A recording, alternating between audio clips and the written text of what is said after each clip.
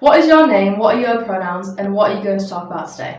I'm Charlotte, my pronouns are they, them, and I'm going to talk about being non-binary. Could you please give us a non-binary 101? So in a nutshell, it's an umbrella term for anyone who doesn't really identify as man or woman.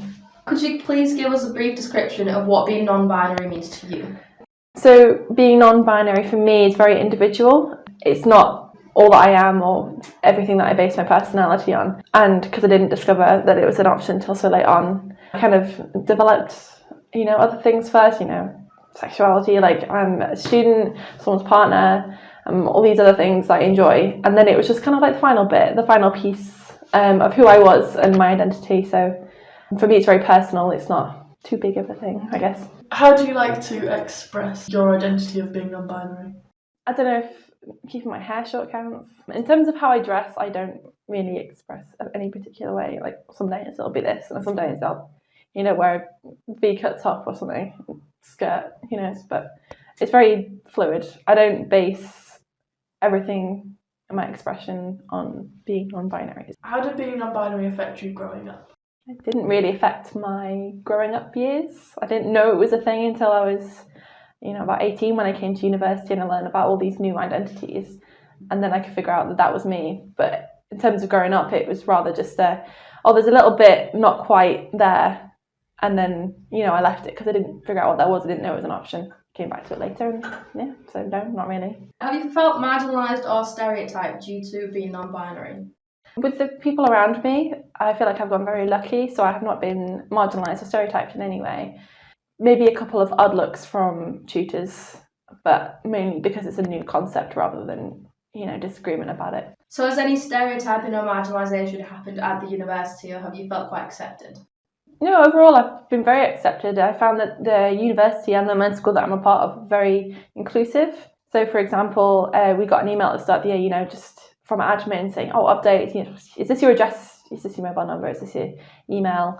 And at the top it was like, what are your pronouns? And the sign off at the bottom of the email had their pronouns at the bottom as well to kind of normalise it. So I found that very inclusive. And in terms of tutors and whatnot, you'll get a few odd locks at first and they'll just kind of not mention it again. So it's not been like a stereotyping, it's just been this is a thing. From perhaps older people, but yeah. Could you do some myth busting about stereotypes surrounding being non-binary? I don't particularly think about being feminine or masculine in any way. Being non-binary is not an overriding thing. I don't think about it sometimes, and I'll forget to come out to people because I forget I assume that people know, but I don't think about it. So I don't kind of focus on that too much. I just dress how I want to dress, or I keep my hair short because it's easier, rather than the pressure to fit a certain type of look. That it's not a phase, it's how some people feel. If you don't consider yourself a woman or a man, then where else are you supposed to go? It's an identity of itself. Not to cross over too much, but in the same way that being bi doesn't mean it's not one or the other, it's its own category.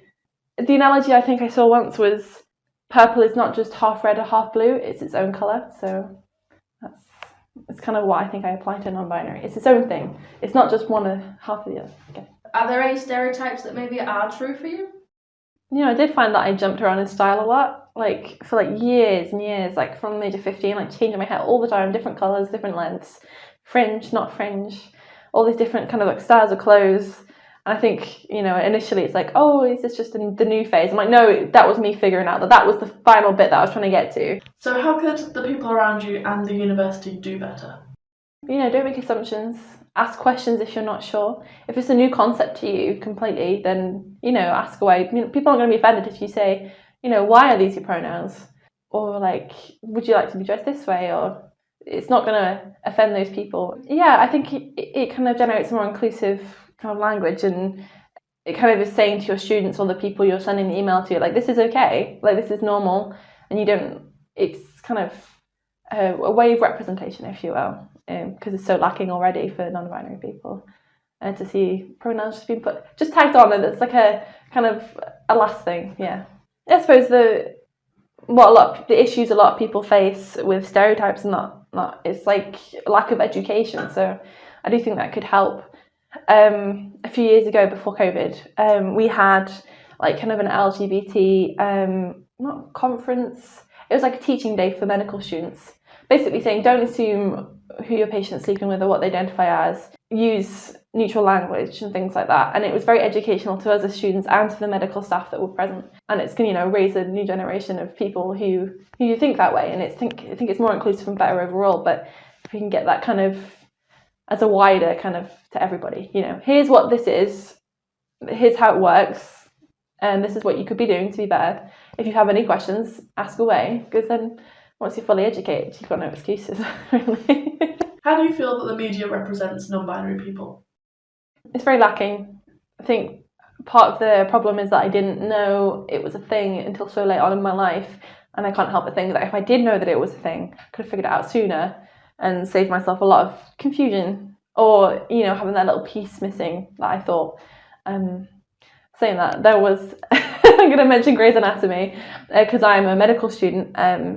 They had in the latest season they released online a doctor who was non-binary, and it wasn't the whole storyline. They don't even bring up the words non-binary. They just use they and them pronouns the whole time. They don't even do anything else. That's not part of the story. They're just one of the doctors doing the doctor storylines, and I feel like that was pretty good. But that was the only one, and that's the problem.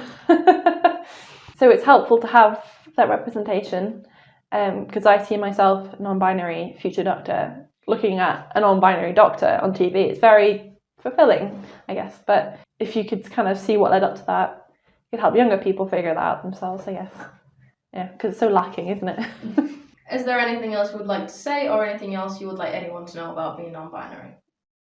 I feel like the important thing is for me, and I found with other people, is be careful that you're not still seeing them as the gender you thought they were and just changing the pronouns.